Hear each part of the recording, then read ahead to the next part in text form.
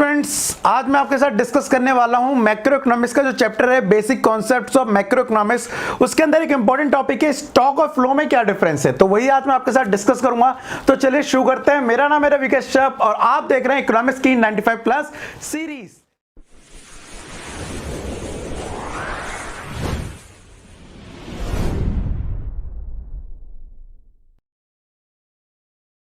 तो स्टूडेंट देख, जैसा कि आज का टॉपिक है, आज के टॉपिक में स्टॉक और फ्लो में हम डिफरेंस पढ़ने वाले हैं। तो पहले हमारे दिमाग में क्लियर हो जाना चाहिए कि स्टॉक और फ्लो होता क्या है, स्टॉक एंड फ्लो।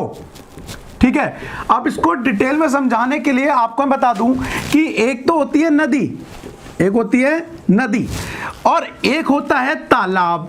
ठीक है, अब मैं आपसे पूछूं कि नदी के अंदर कितना पानी है at a time, at a particular point of time, तो आप कहेंगे भाई नदी का पानी तो कैलकुलेट नहीं किया जा सकता क्योंकि वो बह रहा है, मींस उसमें बदलाव लगातार हो रहा है।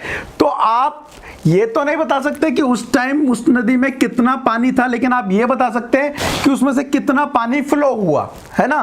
सेम लाइक इसके अपोजिट, तालाब में पानी का फ्लो नहीं हो रहा है, वो जमा हुआ एक जगह। ठीक है, तो वहां पे हम कैलकुलेट कर सकते हैं कि वहां पर कितना पानी जमा है। तो इसको एक तरह से क्या बोलेंगे, हम स्टॉक बोलेंगे, और इसको नदी को हम क्या बोलेंगे एक तरह से, कि वो उसे फ्लो बोलेंगे। तो चलिए शुरू कर लेते हैं टॉपिक और डिस्कस कर लेते हैं स्टॉक और फ्लो की डेफिनेशन को। तो देखिए, नॉर्मली स्टॉक क्या होता है, ऐसी क्वांटिटी जिसको एक पर्टिकुलर पॉइंट पे मेजर किया जा सकता है, एक एग्जैक्ट पॉइंट पर।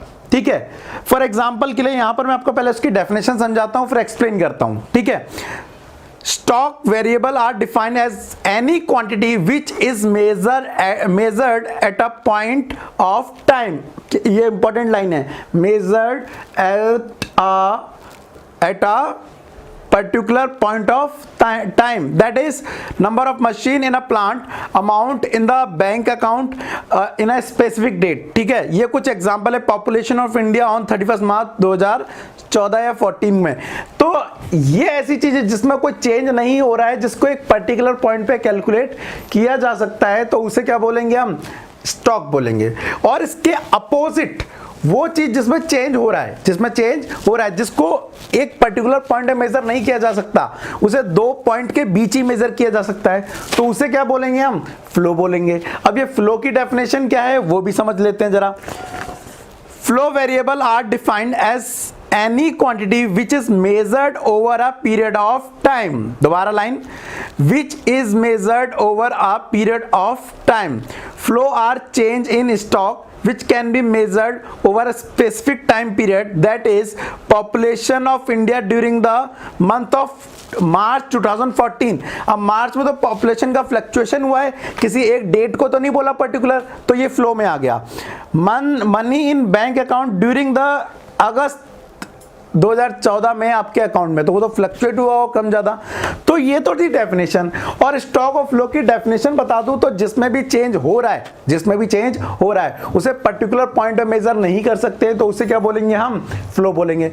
और जिसमें चेंज नहीं हो रहा है उसे एक पर्टिकुलर पॉइंट पे मेजर कर सकते हैं। पेपर में अलग अलग क्वेश्चन आ जाते हैं। बेसिक से एग्जांपल दूं, आपकी टंकी में राइट नाउ कितना पानी भरा हुआ है, राइट नाउ, तो वो क्या है, स्टॉक है। लेकिन अगर बोलो कि मोटर चालू कर दी और पानी की टंकी भर रही है, तो उसमें कितना टाइम है, एट अ पर्टिकुलर पॉइंट कितना पानी भरा हुआ है, आप नहीं बता सकते। आपको क्या करना पड़ेगा, उसको आप ये बता सकते हैं कि 10 मिनट में हमारी टंकी इतनी भर गई है ना। तो सेम चीज, फ्लो को किसी एक पॉइंट पे मेजर नहीं किया जाता, उसको दो पॉइंट के बीच मेजर किया जाता है। ठीक है, फॉर एग्जांपल 7:30 से लेके 7:40 तक यहाँ पर जो इसमें है वो 100 लीटर पानी भर गया टंकी में, है ना। तो आपने ये क्या लिया, ये फ्लो है, क्योंकि ये दो पॉइंट पे बात कर रहा है, दो पॉइंट के बीच। और स्टॉक क्या करेगा, एक पर्टिकुलर पॉइंट पे बात करेगा। अच्छा, एक एग्जांपल, अगर मैं 100 किलोमीटर पर आवर की स्पीड से, 100 किलोमीटर पर आवर की स्पीड से, आप मुझे बताना ये स्टॉक है फ्लो है। 100 किलोमीटर पर आवर, थोड़ा कम कर लेता हूं, एक्सेंट हो जाएगा, 80 किलोमीटर पर आवर की स्पीड से चल रहा हूं। बताओ ये स्टॉक है या फ्लो है, बताओ ये स्टॉक है या फ्लो है। मुझे कमेंट में करके एक बार आंसर जरूर देना ताकि पता पड़ जाए कितने लोग पढ़ रहे हैं। ठीक है, कई सारे लोगों में देखता हूं, सब लोग आंसर करना प्लीज एक बार। ठीक है, तो स्टॉप। उम्मीद करता हूं स्टूडेंट आपको ये लेक्चर समझ आ रहा होगा।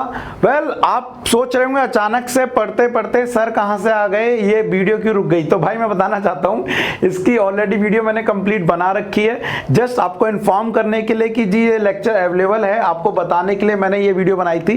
तो अगर आपकी इसकी वीडियो डिटेल चाहिए, विच मीन्स पूरी वीडियो चाहिए, फुल वीडियो का लिंक डिस्क्रिप्शन में दिया हुआ, जाके क्लिक कर लो। प्लस वहां पर आपको इसकी प्लेलिस्ट का लिंक भी मिल जाएगा। प्लेलिस्ट मतलब जहां पर आपको सारी वीडियो क्या होंगी, अवेलेबल होंगी।